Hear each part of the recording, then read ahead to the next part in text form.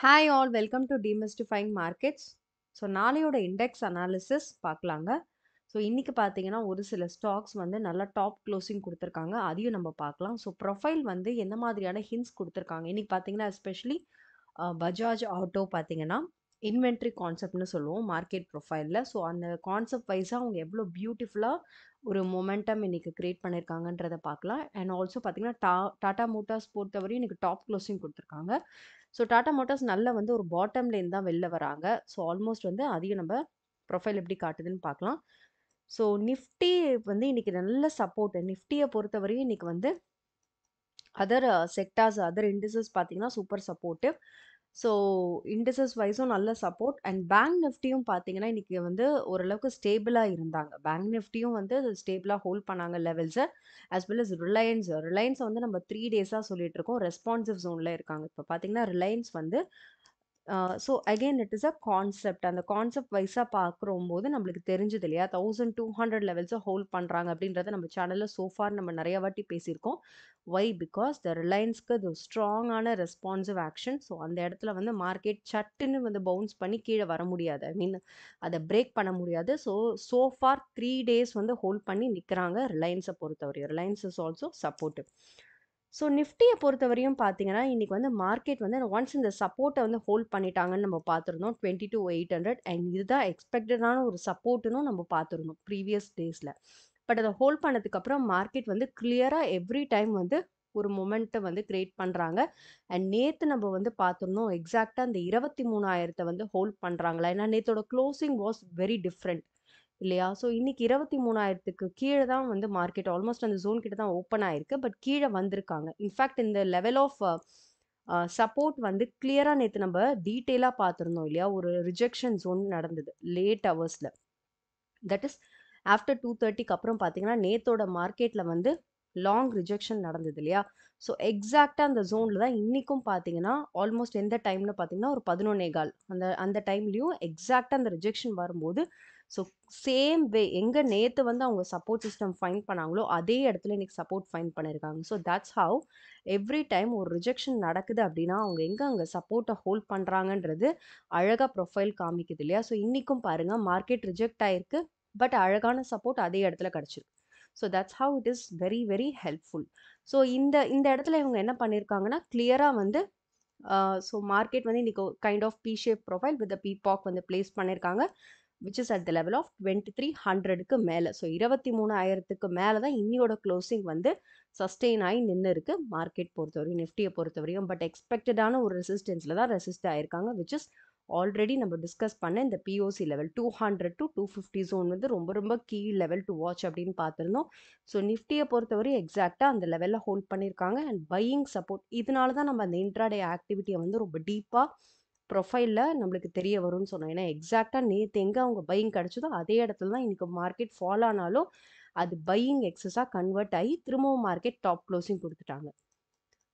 So Nifty இந்த லெவல்லேருந்து மேலே வராங்க அப்படின்னா பீபாக்லேருந்து வராங்கன்னா திரும்ப திரும்ப நம்மளுக்கு இன்ட்ராடே ரெசிஸ்டன்ஸாக மல்டி லெவல்ஸ் ரெசிஸ்டன்ஸாக இருக்கிறதும் பார்த்தீங்கன்னா 23,250 zone.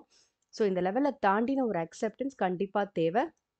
And next level to watches 350 to 400. ஏன்னா நம்மளுக்கு ஆல்ரெடி ஒரு புவர் ஹை லெவல்ஸ் இருக்குது இல்லையா?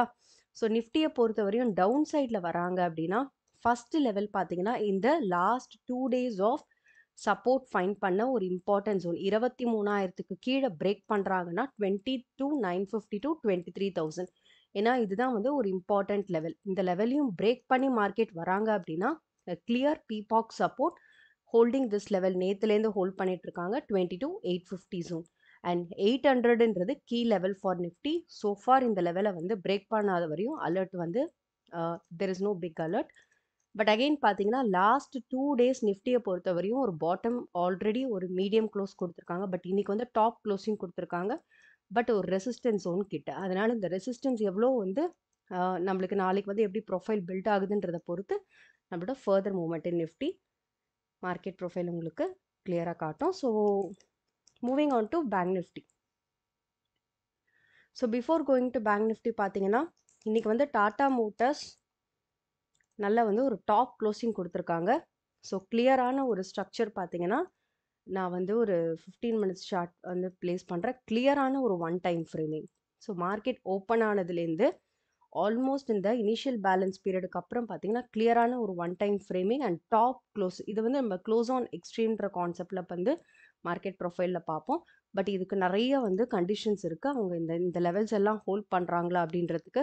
பட் எங்கே பர்ஃபெக்டாக ஸ்டாப் ஆயிருக்காங்கன்னு பாருங்கள், ஒரு ரெசிஸ்டன்ஸ் ஜோனில் தான் ஸ்டாப் ஆயிருக்காங்க. So it's very clear. Tata மோட்டார்ஸை பொறுத்த வரையும் இவங்க பண்ணது வந்து இந்த கான்செப்டுக்கு பேர் வந்து இன்வென்ட்ரி கான்செப்ட்னு சொல்லுவோம். ஸோ டாடா மோட்டார்ஸும் இன்னைக்கு இன்வென்ட்ரினால நல்ல ஒரு புல்லிஷ், அதாவது 725லேருந்து 755 லெவல்ஸ் வரையும் டாப் க்ளோசிங் கொடுத்துருக்காங்க. ஆஸ் வெல் அஸ் பஜாஜ் ஆட்டோவும் பார்த்தீங்கன்னா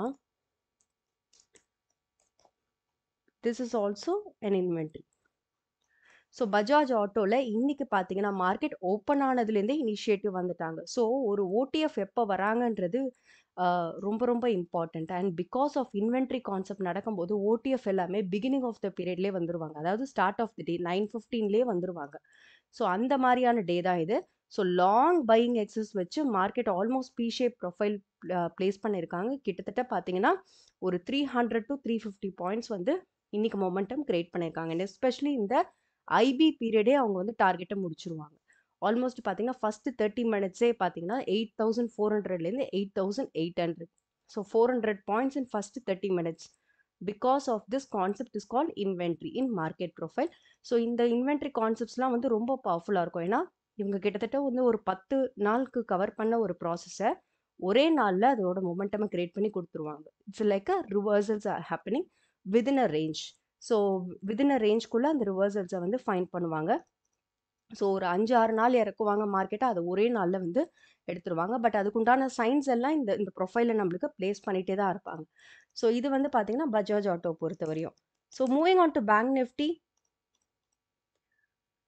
ஸோ பேங்க் நிஃப்டியை பொறுத்த வரையும் பார்த்தீங்கன்னா இன்னைக்கு வந்து கிளியரான ஒரு மார்க்கெட் வந்து balanced market, but placing POC and பிபாக் of last 2 days together same பிளேஸில் பிளேஸ் பண்ணியிருக்காங்க. 49,000 பிளேஸ் பண்ணி அதுக்கு மேலே தான் க்ளோசிங் கொடுத்துருக்காங்க. ஸோ நேற்றுக்கு பார்த்தீங்கன்னா 49,000க்கு கீழே க்ளோசிங், பட் இன்னைக்கு அதுக்கு மேலே க்ளோசிங் கொடுத்துருக்காங்க. இன்கேஸ் மார்க்கெட் மேலே வராங்க அப்படின்னா கிளியரான ஒரு ரெசிஸ்டன்ஸ், நம்ம எக்ஸ்பெக்ட் பண்ண ரெசிஸ்டன்ஸ் பார்த்தீங்கன்னா still it is working in bank Nifty இல்லையா. அந்த அளவுக்கு ப்ரொஃபைல் நம்மளுக்கு அக்யூரேட்டாக காமிக்குது. ஏன்னா 200 to 300 லெவல்ஸ் வந்து நம்ம பார்த்துருந்தோம் ஃபர்ஸ்ட் லெவல் ஆஃப் ரெசிஸ்டன்ஸ்னு. இன்றைக்கும் பேங்க் நிஃப்டியால் அந்த லெவலை தாண்ட முடியல. ஸோ கொட்டாக் பேங்க் வந்து ஒரு நல்ல பாசிட்டிவாக இருந்தாங்க, பட் ஸ்டில் அந்த பேங்க்கில் வந்து நம்மளால் வந்து அந்த லெவல்ஸை தாண்ட முடியல. So that's how it is working. So 49,200க்கு மேலே இம்பார்ட்டன்ட் ரெசிஸ்டன்சஸ் 49,500. அண்ட் பேங்க் நிஃப்டியை பொறுத்தவரை டவுன் சைடில் வராங்க அப்படின்னா 48,800 நேற்று நம்ம டிஸ்கஸ் பண்ண ஒரு இம்பார்ட்டன்ட் ஃபர்ஸ்ட் லெவல் ஆஃப் சப்போர்ட்டுன்னு பார்த்துருந்தோம். எக்ஸாக்டாக அங்கே வந்து அவங்க சப்போர்ட்டும் எடுத்திருக்காங்க. And below to this level a clear single print zone இருக்கு இல்லையா. So this could be the second level of support. So with that note நீங்கள் அனலைஸ் பண்ணதுக்கு அப்புறம் ட்ரேட் எடுங்க. This is purely for education purpose. Thanks all for வாட்சிங்.